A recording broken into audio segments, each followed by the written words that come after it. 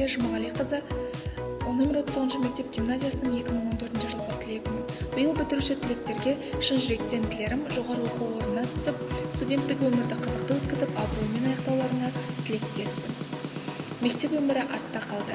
Жаңа өмірдің баспалдақтарынан сүрінбей өтулеріңді тілеймін.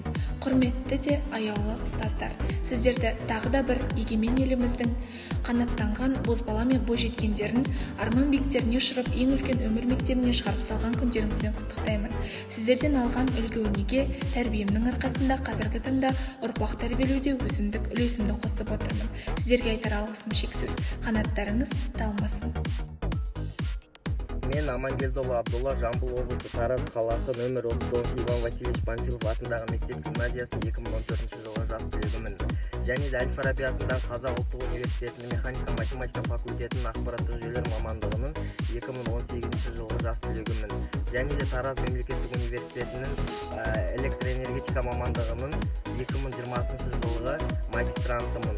Енді 2020 жылғы жас түлектерге тілерім келе жатқан сынақ ұлттық бірыңғай тесттен ең жоғары бала алып, қалаған мамандықтарыңызға түсіп, сол мамандықтарыңызбен алған дипломдарыңыздың жемісін көріп, Қазақстанға адал қызмет етеді деген ойдамын. Саламатсыздар ма? Менің есімім Байарстан Зейтуна, мен каратеден әлем кубогының жеңімпазымын. Номері 39 мектеп гимназиясының 2014 жылғы түлегімін. Биылғы мектеп бітіріп жатқан барша түлектерді шын жүректен құттықтаймын. Сіздерге алдағы уақытта табыс, сәттілік тілеймін. Әрқайсыңыз өздеріңіз таңдаған мамандықтарыңыздың мықты маманы, кәсіпқойы болыңыздар. Және де барша ұстаздарға алғысымды білдіремін.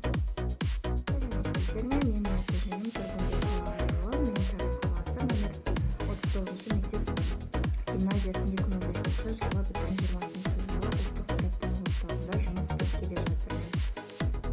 Яғни 2020 жылғы түлектерге тілерім